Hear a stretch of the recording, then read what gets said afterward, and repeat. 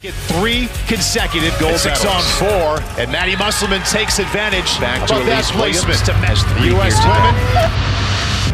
Well, Maddie, thank you for taking some moments to sit and talk with us and for sharing your story. Water polo has been such a major part of your life. It's considered one of the hardest sports in the world. That's written by people who maybe don't play it. Yeah. Do you find it to be hard? Yeah, I think water polo is the hardest sport in the world. Maybe I'm a little biased because I play it. Using one hand, you're treading water, you're physically, wrestling someone, you're swimming back and forth, and it's just like constant movement back and forth, and that's why I find it so difficult. I was in the Rio Olympics. We got gold in Rio in 2016. I was in the Tokyo Olympic Games, which was in 2021 due to the postponement of COVID. I got gold in that Olympics as well. Ended up getting MVP at that Olympics. Pat and I met at a wedding. He knew the groom, I knew the bride. We were on the bus, leaving the wedding reception, and he threw an ice cube at me from afar. And I'll never forget, and it's kind of like actual icebreaker. He full on threw an ice, hit me in the eye, and waved at me, and it was kind of okay, he's cute, didn't think much of it. And then 2 or 3 weeks later, he called me and left me a voicemail asking me on a date. He was a grinder. He had to work for his athleticism and for his abilities in the water when he started playing water polo, and he wasn't as gifted as his siblings. So I find that kind of funny with the accomplishments that he did end up achieving. He was a part of the most winning team in NCAA history at UCLA. When he graduated from UCLA, he decided to hike to the base camp of Mount Everest, and then decided to sign up for the English Channel when we were dating, which is one of the hardest of the 7 crossings, and he did it in 10 hours and 28 minutes, which was 8 hours faster than the time he told me he was gonna cross it, which just blew my mind. And then you find out he did that swim 8 hours faster than he thought, and he had cancer. Yes, he swam it with 1 lung. Pat was diagnosed on September 17th in 2023. The doctor called us. I remember it was really late at night. It was at 7 p.m. We were kind of just what's happening? What's going on? Not only do you have masses, but it is cancer. And not only is it cancer, it's a really rare cancer that even this doctor doesn't even know what it is. Once we got the diagnosis, whole family came. It wasn't until everyone left and flew home that Pat and I were we should get married. I want to be in this with you until the very last day. Whether it's the last day that you're fighting cancer because you beat it, or it's the last day because you're going to heaven. And he was yeah, I was thinking about that, and I just didn't want to say anything because I didn't want to make it uncomfortable, but there's no other person that I would want to be my partner through this entire thing. So again, thank you for, and all the people at St. Andrews for making it happen, because that happened in 4 days.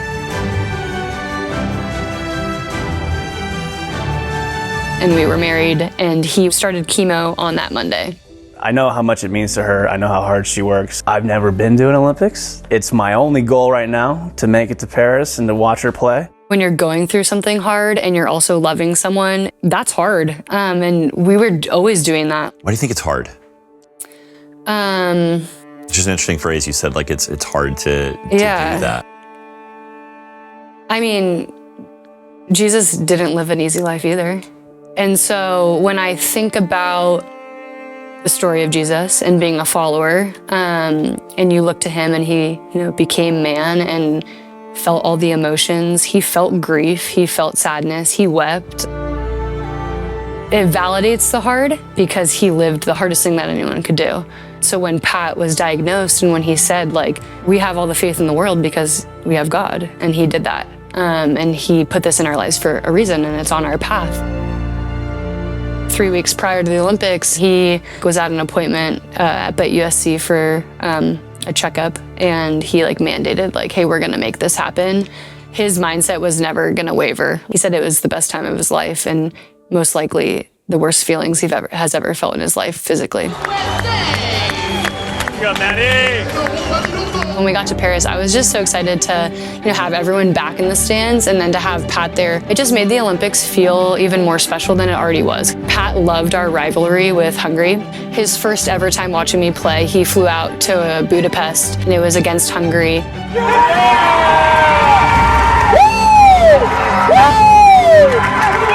So to go to the Olympics, we're playing Hungary in the quarterfinal game, and Pat was fired up. And again, he doesn't feel good, he's just battling each breath. USA! USA! USA!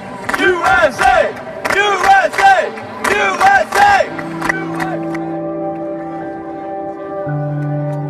He was just so in awe of the Olympics, but in awe of our team and the things that we've been doing, while I was also just in awe of him for showing up. So it was a really special moment to hug him after that game.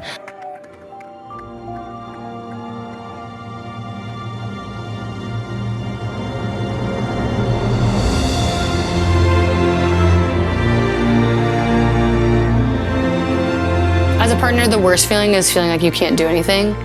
But the best thing you can offer is your faith. And I was always so proud of myself for speaking truth over Pat in the hope that I had for him. And so when it was coming to the end, I still had hope. I was like, no matter what, like the next breath you have is gonna be with Jesus. Like, and he was like, yeah, I'm fine. Like everyone's gonna be fine. Like he was just so at peace with it. And I think the hope that was spoken over him through other people as well, through myself, through you, through friends, through family, like I think got him through to that point where when he no longer could fight physically anymore, his mind was stronger than ever and he knew where he was going.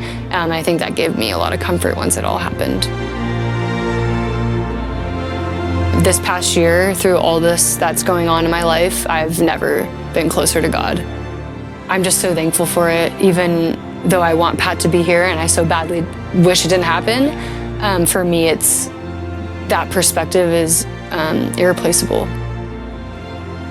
Based on what you've walked through, have your feelings or your thoughts about death changed? Yeah, I'm not scared anymore.